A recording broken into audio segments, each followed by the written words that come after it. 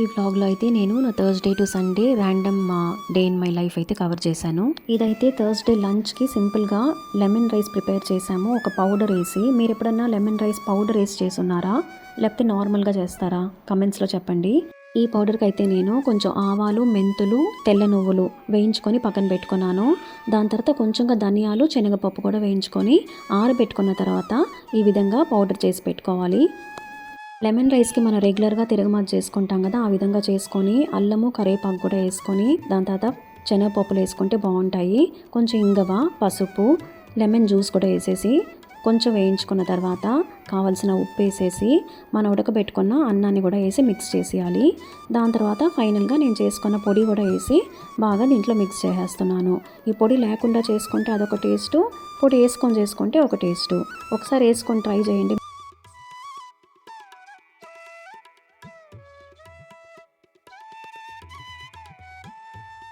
ఇప్పుడైతే నేను ఇడ్లీ దోశ పిండికి నానబెడుతున్నాను.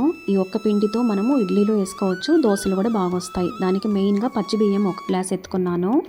1 గ్లాస్ పచ్చి బియ్యంకి 4 గ్లాసులు ఇడ్లీ బియ్యం ఎత్తుకుంటున్నాను. బియ్యంలోనే కొంచెంగా మెంతులు కూడా వేసేసుకుంటున్నాను. ఈ మెంతులు వేస్తే మనకు కలరు బాగా వస్తుంది, ఇడ్లీ కూడా సాఫ్ట్గా వచ్చేదానికి హెల్ప్ అవుతుంది. ఇప్పుడు 1 గ్లాస్ పచ్చి బియ్యము, 4 గ్లాసులు ఇడ్లీ బియ్యం ఎత్తుకున్నాను కదా, దానికి 1 గ్లాసు మినప్పప్పును కూడా నానబెట్టేస్తున్నాను. అట్లే ఒక పిడికెడు సబ్బియ్యంని కూడా నానబెట్టి పెడుతున్నాను. సబ్బియ్యం లేకపోతే మీరు కొంచెం ఉడికిచ్చిన రైస్ కూడా వేసుకోవచ్చు పిండి రుబ్బేటప్పుడు, లేకపోతే అటుకులు కూడా వేసుకోవచ్చు కొంచెంసేపు నానబెట్టి. ఇప్పుడు వీటన్నిటిని అయితే బాగా వాష్ చేసుకొని ఒక 4 అవర్స్ వరకు నానబెట్టుకోవాలి. నానబెట్టుకున్న తర్వాత వీటిని ఫ్రిడ్జ్లో పెట్టేస్తే ఇంకా బాగుంటుందండి. చల్ల వాటర్ వేసి గ్రైండ్ చేస్తే మనకు ఇడ్లీ పిండి బాగా వస్తుంది. 4 గంటల అయిన తర్వాత వీటన్నిటిని నేను గ్రైండ్ చేసేసాను. ముందుగా మినపప్పును గ్రైండ్ చేసుకున్నాను, దాని తర్వాత బియ్యంతో కూడా సబ్బియ్యంని కూడా వేసి గ్రైండ్ చేసేసాను. ఉప్పు వేసి బాగా మిక్స్ చేసి నైట్కి ఫర్మెంటేషన్ అయ్యేదానికోసం వదిలేస్తున్నాను.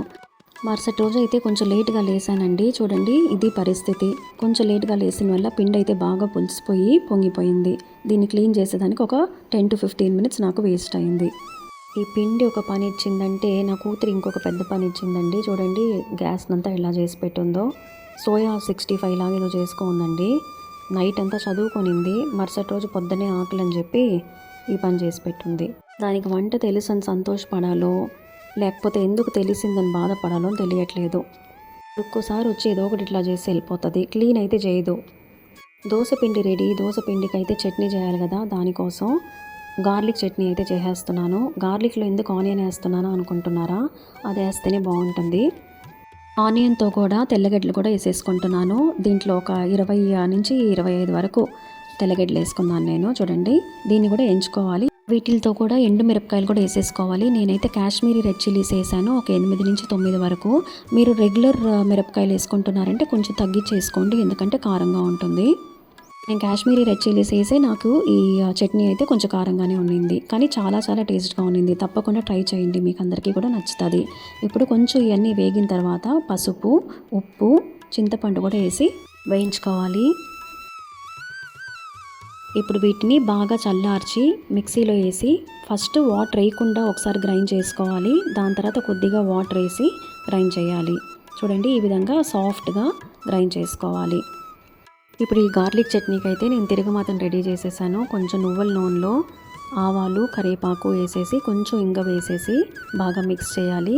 దాని తర్వాత స్టవ్ ఆపేసి ఈ గ్రైండ్ చేసి పెట్టుకున్న గార్లిక్ పేస్ట్ అయితే దీంట్లో వేసేసాను. అంతే అండి, బాగా ఒకసారి ఆ వేడి నూనెలోనే కలిపేస్తే super yummy garlic chutney ready. చూడండి, దోశ ఈ విధంగా వచ్చింది. నేను పొద్దున చేశాను కదా దోశ పిండి, ఈ విధంగా రెడీ అయింది దోశ అయితే. కలర్ చూసారా ఎంత బాగుందో? మీరు కూడా ఈ మెజర్మెంట్స్తో దోశ పిండి ట్రై చేసి చూడండి, బాగా వస్తే నాకు కమెంట్స్లో చెప్పండి.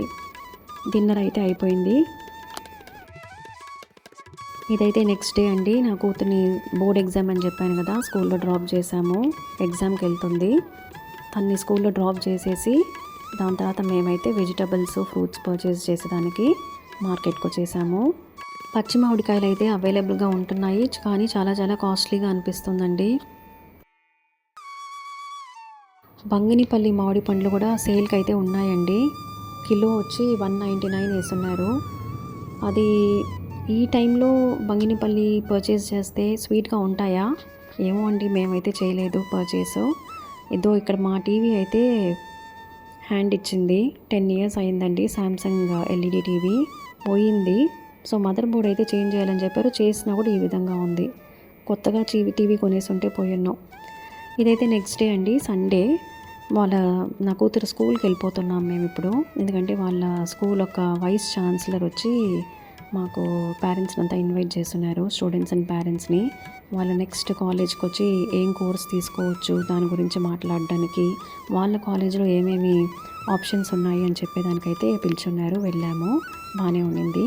దాని తర్వాత ఇదైతే సండే నైట్ ఒక రిసెప్షన్కి వెళ్ళాము, వెడ్డింగ్ రిసెప్షన్కి మా తెలిసిన వాళ్ళకి. ఈ రిసెప్షన్ అయితే చాలా డిఫరెంట్గా జరిగింది. అమ్మాయి వాళ్ళ బ్రదర్ వచ్చి ఒక ఈవెంట్ మేనేజ్మెంట్ లాగా చేశారు. అమ్మాయికి అబ్బాయికి ఏమేమో పోటీలంతా పెట్టడము, ఒకరి గురించి ఒకరు ఎంత అండర్స్టాండ్ చేసుకున్నారు అని తెలియడము, అట్లాంటి పోటీలంతా పెట్టారు. బాగుండింది. అమ్మాయి అయితే కూడా డ్యాన్స్ చేసింది. చూడండి, నేను ఇక్కడ అమ్మాయి డ్యాన్స్ చేసిన వీడియో, అమ్మాయి పేరెంట్స్ డ్యాన్స్ చేసిన వీడియో కూడా అక్కడ పెడుతున్నాను. అమ్మాయి వాళ్ళ అన్న కూడా డ్యాన్స్ చేశారు. Wonderful way of introducing the couple. Please give them a huge round of applause. Lovely, nice. Actually,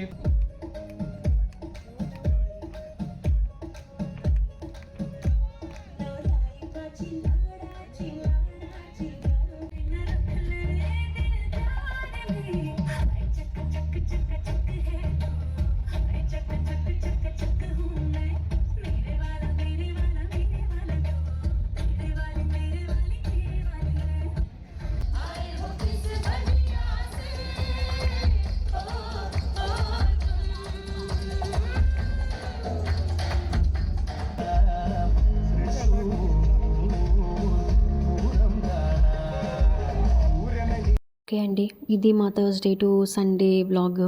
మీకు నచ్చిందంటే లైక్ చేసి సబ్స్క్రైబ్ చేసుకోండి నా ఛానల్ని. Thanks for watching.